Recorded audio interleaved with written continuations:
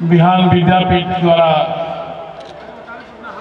आयोजित annual sport Kumar Upadhyay ji, Pankaj Kumar Upadhyay ji,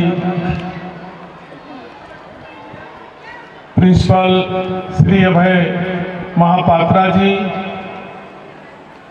Nitish Kumar Upadhyay ji, छोटू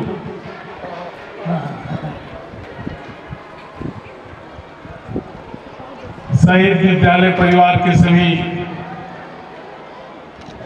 शिक्षकगण, कर्मचारी और विद्यार्थी बेटा बेटियों, मैं सबसे पहले आपको शुभकामनाएं और बधाई देना चाहता हूं। आपने जिले का भविष्य, प्रदेश का भविष्य और देश का भविष्य जुड़ा हुआ है, इसलिए हम आपसे उज्जवल भविष्य की कामना करता हूं, शुभकामना और बधाई देना चाहता हूं कि सिर्फ आप अपने माँ बाप के सपनों को नहीं बल्कि उन तमाम लोगों के सपनों को पूरा करने में अपने आप को समर्पित रखने का काम करेंगे और एक ऐसा भारत जिसका सपना कभी गांधी जी ने हम लोगों को दिखाने का काम किया था। गुलामी के दिनों में न हमारी शिक्षा थी, न हमारी भाषा था, न हमारा वेशभूषा था, न हमारा रहन सहन था, न हमारा खान पान था। उस दौर से निकालने के लिए हमने वो दौर देखा नहीं है, सुनने का काम किया। आपके उम्र के बच्चे भी गांधी जी के भारत छोड़ो आंदोलन में अपने आप को शरीक करने का काम किया, लगाने का काम किया, खपाने का काम किया और मुल्क आजाद हुआ। मुल्क चलाने वाले लोगों ने बहुत सपने जगाया हम लोगों के बीच में। समय समय पर गांधी जी की प्रतिमाएं लगा करके संकल्प भी लेने का काम किया, लेकिन मेरे जैसा आदमी आज भी इस बात को स्वीकार करने के लिए आदरणीय प्रमोद भैया तैयार नहीं है कि हम हुकूमत करने वाले लोगों ने मुल्क के बच्चों के रहने वाले बच्चों के लिए शिक्षा, मुल्क में रहने वाले नौजवानों के लिए रोजगार और मुल्क में रहने वाले बीमार लोगों के लिए दवाई का इंतजाम नहीं कर सके। इससे बड़ा दुर्भाग्य हिंदुस्तान के लिए कोई बात हो ही नहीं सकती है। इतने दिन की आजादी के बाद भी हम तो इसका समर्थन नहीं करते थे। हम लोग तो मान के चलते थे कि आज कल परसों कोई ऐसा दिन जरूर आएगा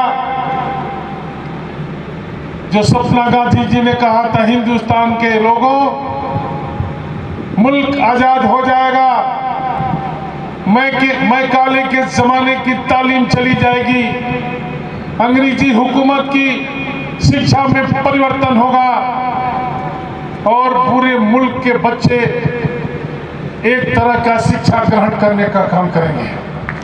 और चाहे अमीर का बेटा हो, चाहे गरीब का बेटा हो, राजा का हो, चाहे भिखारी का बेटा हो, कलेक्टर का बेटा हो, चाहे खेत में काम करने वाले मजदूर का बेटा हो, मुल्क में एक ऐसी शिक्षा आएगी कि सबका बेटा एक टाट पर, एक दरी पर, एक बेंच पर बैठ करके पढ़ेगा और हिंदुस्तान तरक्की के रास्ते पर चलेगा, दुनिया की दौड़ में शामिल होगा। लेकिन सपने जगाते जगाते हम हुकूमत करने वाले लोगों ने आपको विवश और लाचार कर दिया। आज जो शिक्षा की हालात है, अभी मैं कह रहा था, नीतीश कुमार उपाध्याय जी आपके मैनेजर हैं, डायरेक्टर हैं, इन्हीं के भरोसे इस संस्था का इंतजाम है और मैं भी उनके लिए भी भगवान से प्रार्थना करूंगा उसको ताकत दे। स्कूल चलाना भी किसी तपस्वी से कम का काम नहीं है।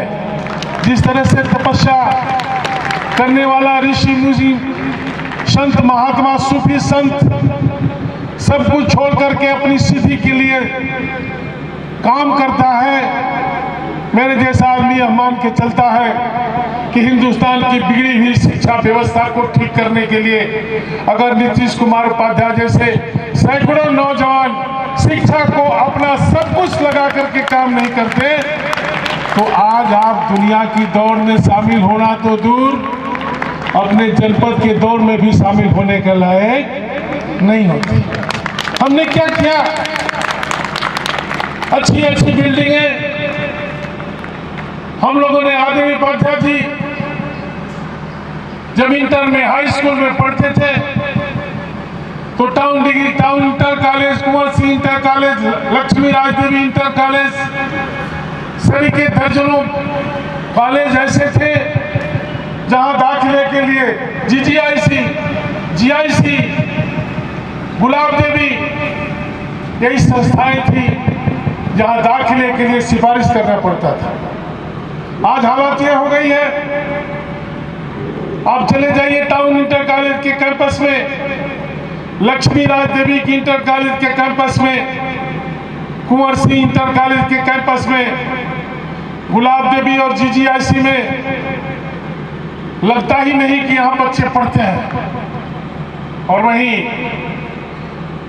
इन संस्थाओं के बगल में एक द्वारिकापुरी है जहां पर 15 बाई 20 के कमरे में 150 बच्चे बेटा और बेटियां कोचिंग करके अपने भविष्य का निर्माण करना चाहते हैं। यही तो हमारी शिक्षा व्यवस्था है। क्यों उदास है हमारा नौजवान?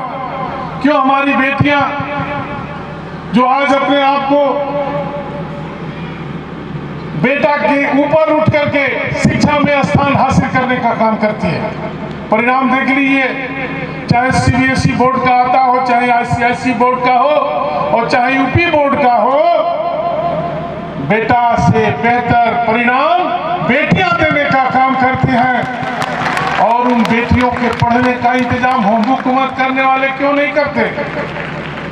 अगर ये प्राइवेट संस्थाएं नहीं होती, जहां के लोग, जहां के शिक्षक, मैं जानता हूं अकेले नीतीश कुमार नहीं बल्कि यहाँ के सभी शिक्षक, यहाँ के एक स्टाफ का मंशा यही होगा, सपना यही होगा, एक बेटा एक बेटी हमारे बिहान विद्यापीठ से निकल के जाए, रोशन करे नाम, जिले का रोशन करे, प्रदेश का रोशन करे, तो हमारा भी नाम रोशन हो जाएगा।